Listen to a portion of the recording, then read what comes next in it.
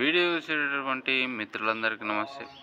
ఎవరైతే మన యొక్క ఛానల్ కొత్తగా వస్తున్నారో ఛానల్ సబ్స్క్రైబ్ చేసుకోండి. వీడియో కనుక నచ్చితే లైక్ చేయండి, షేర్ చేయండి.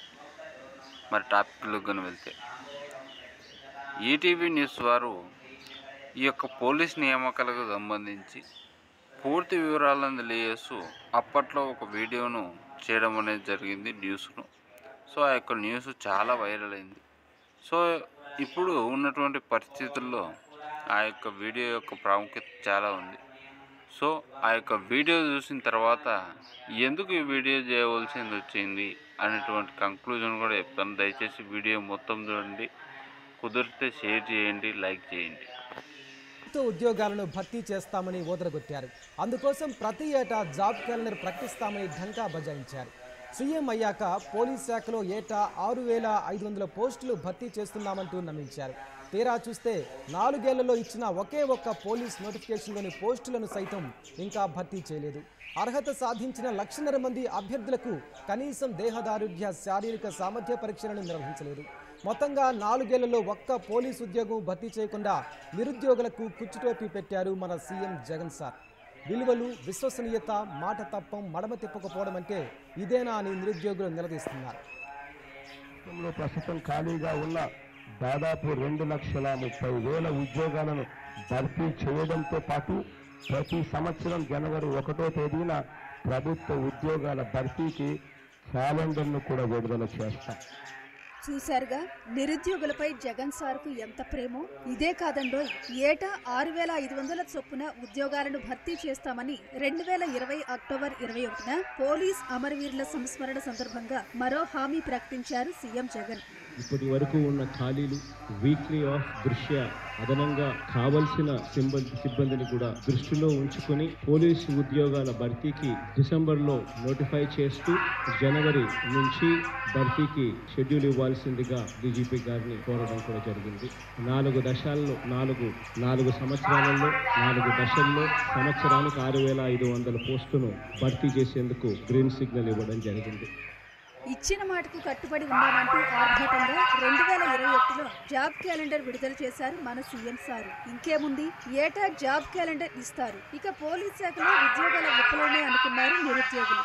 ఈ క్యాలెండర్ అన్నది ఎందుకింత ఇంపార్టెంట్ ఆస్పెక్టు, ఎందుకింత అవసరము అని అంటే, ఈ క్యాలెండర్ చదువులు పూర్తి చేసుకున్న చెల్లెమ్మలకు, తమ్ముళ్లకు ఈ క్యాలెండర్ వాళ్ళ కోసం తీసుకొస్తా ఉన్నాం. రాష్ట్ర వ్యాప్తంగా చదువుకున్న పిల్లలు ఎంతో ఆతృతతో ఎదురు చూస్తూ ఉంటారు. ప్రభుత్వం తరపు నుంచి నోటిఫికేషన్ వస్తుందని, కోచింగ్ తీసుకునేటప్పుడు ఎంత వ్యవధి కోచింగ్ కోసం పెట్టాలి, ఎందుకంటే కోచింగ్ మన గ్రామాలలో ఉండదు. కోచింగ్ తీసుకోవాలంటే ఎక్కడికో వెళ్ళి జిల్లా హెడ్ క్వార్టర్స్లోనూ, కార్పొరేషన్ హెడ్ క్వార్టర్స్లోనూ, సిటీలలోకి వెళ్ళి తీసుకోవాల్సిన అవసరం. అక్కడ మన ఇల్లు ఉండదు, ఇల్లు బాడెక్కి తీసుకుని అక్కడ నెలల తరబడి కోచింగ్ తీసుకుంటూ ఉండాలి. ఆ కోచింగ్ తీసుకున్న తర్వాత ఉద్యోగాలు నోటిఫికేషన్ ఎప్పుడు ఇస్తారో కూడా తెలియని పరిస్థితుల్లో ఆ కోచింగ్ జరుగుతూనే ఉంటే ఆ పిల్లలకు మనోధైర్యం కూడా కోల్పోకున్న తర్వాత ఉద్యోగాలు నోటిఫికేషన్ ఎప్పుడు ఇస్తారో కూడా తెలియని పరిస్థితుల్లో ఆ కోచింగ్ జరుగుతూనే ఉంటే ఆ పిల్లలకు మనోధైర్యం కూడా కోల్పోయే పరిస్థితి వస్తుంది.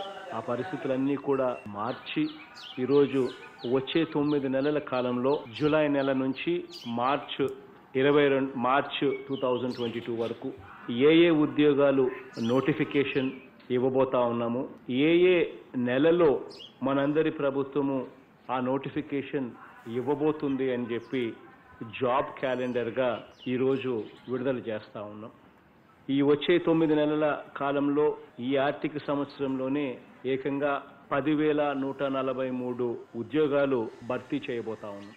జాబ్ క్యాలెండర్లో 10,143 ఉద్యోగాలను భర్తీ చేస్తామన్న సీఎం అందులో 450 పోలీస్ పోస్టులను భర్తీ చేస్తామని తెలిపారు. అదేంటి, వేల ఖాళీలుంటే 450 పోస్టులు మాత్రమే ఏంటని ఆశావహులు కంగుతిన్నారు. పోనీ వాటికైనా నోటిఫికేషన్ ఇచ్చారా అంటే అదీ లేదు. ఆ తర్వాత తీరిగ్గా 6,100 కానిస్టేబుల్, 411 ఎస్ఐ ఉద్యోగాల భర్తీ కోసం గతేడాది నవంబర్ 28న రాష్ట్ర ప్రభుత్వం నోటిఫికేషన్ విడుదల చేసింది. వీటి ప్రాథమిక రాత పరీక్షా ఫలితాలు ఈ ఏడాది ఫిబ్రవరిలో విడుదలయ్యాయి.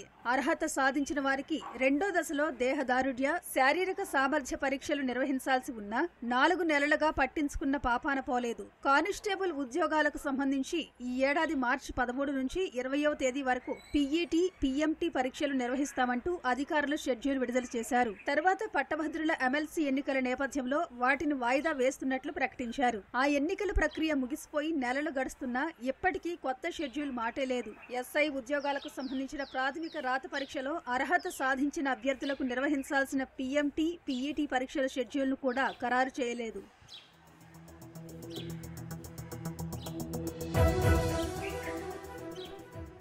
ఉద్యోగ ప్రకటన విడుదలై 8 నెలలు కావస్తున్నా ఇప్పటి వరకు దేహదారుఢ్య, శారీరక సామర్థ్య పరీక్షలు నిర్వహించకపోవడంపై పరీక్షల్లో అర్హత సాధించిన అభ్యర్థులు ఆందోళన చెందుతున్నారు. కనీసం ఎప్పుడు నిర్వహిస్తారో కూడా స్పష్టత ఇవ్వకపోవడంతో ఎస్ఐ, కానిస్టేబుల్ ఉద్యోగాల ప్రాథమిక పరీక్షల్లో అర్హత సాధించిన 1.53 లక్షల మంది అభ్యర్థులకు నెలల తరబడి నిరీక్షణ తప్పట్లేదు. సీఎం జగన్ ఇచ్చిన హామీని ఎప్పటిలోగా నిలబెట్టుకుంటారంటూ విపక్షాలు విమర్శిస్తున్నాయి.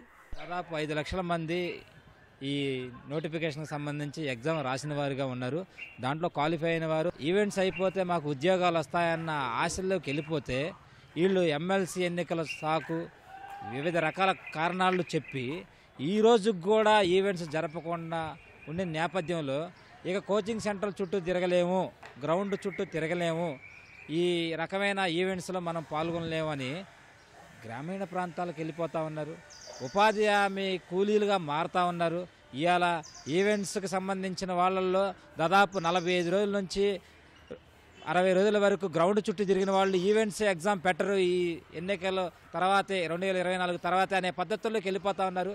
మరి రాష్ట్ర ప్రభుత్వం జగన్మోహన్ రెడ్డి గారు పూర్తిగా నిరుద్యోగ అభ్యర్థుల్ని దూరం చేస్తున్నారు, విడచెవుని పెడతా ఉన్నారు. దాంతోపాటు వాళ్ళని మోసం చేసే పద్ధతుల్లోనే పరిపాలన కొనసాగిస్తూ ఉన్నారు. ఎన్నికల మేనిఫెస్టోలో పేర్కొన్న హామీ మేరకు జాబ్ క్యాలెండర్ ఎటూ ఇవ్వట్లేదు. కనీసం విడుదల చేసిన నోటిఫికేషన్ మేరకైనా ఉద్యోగాల భర్తీ సకాలంలో పూర్తి చేయకపోవడం ఏంటని నిరుద్యోగులు ప్రశ్నిస్తున్నారు. ఏటా 6,500 చొప్పున పోలీస్ ఉద్యోగాల భర్తీ చేయడం అంటే ఇదేనా అని సీఎం సార్ని నిలదీస్తున్నారు. ఈరోజు రాష్ట్ర ప్రభుత్వం విడుదల చేసినటువంటి పోలీసు ఉద్యోగాలకు సంబంధించి ఈరోజు ప్రిలిమినరీ ఎగ్జామ్ రాసినటువంటి ఎవరైతే అభ్యర్థులు ఉన్నారో ఆ అభ్యర్థులు ఈరోజు రాష్ట్ర ప్రభుత్వం నిర్వహించే ఈవెంట్స్ కోసం ఎదురు చూస్తున్నటువంటి పరిస్థితి నిరుద్యోగులు చేస్తున్నటువంటి పరిస్థితి ఉంది. కానీ ప్రభుత్వం ఎక్కడా కూడా ఈవెంట్స్ నిర్వహించే పరిస్థితి చేయట్లేదు. ఈరోజు రకరకాలుగా ఏదో ఒక సాకు చూపించి ఈరోజు నిరుద్యోగులను మోసం చేసే దిశగా రాష్ట్ర ప్రభుత్వం అడుగులు వేస్తున్నటువంటి పరిస్థితి ఉంది. ఈరోజు ఎన్నికల కోసం పబ్బం గడిపేటువంటి వ్యవహారంగా దీన్ని చూస్తున్నటువంటి పరిస్థితి ఉంది. ఈరోజు జగన్మోహన్ రెడ్డి గారికి నిజంగా చిత్తశుద్ధి ఉంటే ఎవరైతే ప్రిలిమినరీ ఎగ్జామ్స్ రాసినటువంటి ఎవరైతే అభ్యర్థులు ఉన్నారో వాళ్ళకి ఈవెంట్స్ నిర్వహించాల్సినటువంటి అవసరం కూడా రాష్ట్ర ప్రభుత్వం మీద ఉంది. కానీ రాష్ట్ర ప్రభుత్వం ఎందుకని ఈ రకమైన నిర్లక్ష్యంగా వ్యవహరిస్తుంది అనేది కూడా అర్థం కానిటువంటి పరిస్థితి ఉంది. 4 ఏళ్లలో ఏటా 6,500 చొప్పున పోలీస్ ఉద్యోగాలు భర్తీ చేస్తామని 2020 అక్టోబర్లో జగన్ చెప్పారు. ఆ లెక్కను చూసినా ఇప్పటికే 19,500 పోలీస్ ఉద్యోగాల భర్తీ కావాలి. కానీ ఆ జాడే లేదు. తెలుగుదేశం ప్రభుత్వ హయాంలో ఎస్ఐ, కానిస్టేబుల్ ఉద్యోగాల భర్తీ కోసం 2018 నవంబర్, డిసెంబర్ నెలల్లో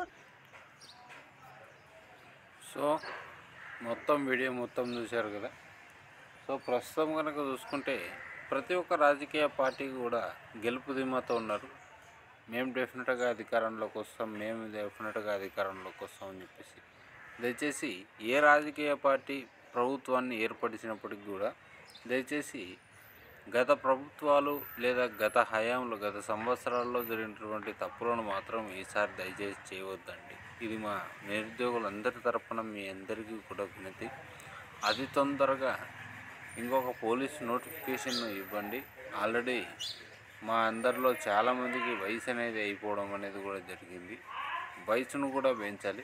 నెక్స్ట్ వచ్చేసరికి చాలా సంవత్సరాలుగా పోలీసు కానిస్టేబుల్ ఈవెంట్స్ కోసం వెయిట్ చేసినటువంటి నిరుద్యోగులు ఎవరైతే కానిస్టేబుల్ అభ్యర్థులు ఉన్నారో వారికి కూడా అతి తొందరగా ఈ యొక్క పోలీస్ కానిస్టేబుల్ ఈవెంట్స్ నిర్వహించాలి. ఈసారి చేపట్టేటువంటి నియామకాలు మాత్రం అతి తొందరగా అయిపోయేలాగా, అంటే ఇలా కాలజాప్యం అనేది జరిగి విద్యార్థులకు ఆర్థికపరమైన మానసికపరమైనటువంటి బాధలు అనేటివి రాకుండా చర్యలు తీసుకోవాలని చెప్పేసి మనసా వాచా కర్మన నమ్ముతూ వీడియోను ముగిస్తున్నాను. వీడియో కనుక నచ్చితే లైక్ చేయండి, షేర్ చేయండి, ఛానల్ను సబ్స్క్రైబ్ చేసుకోండి. Thank you.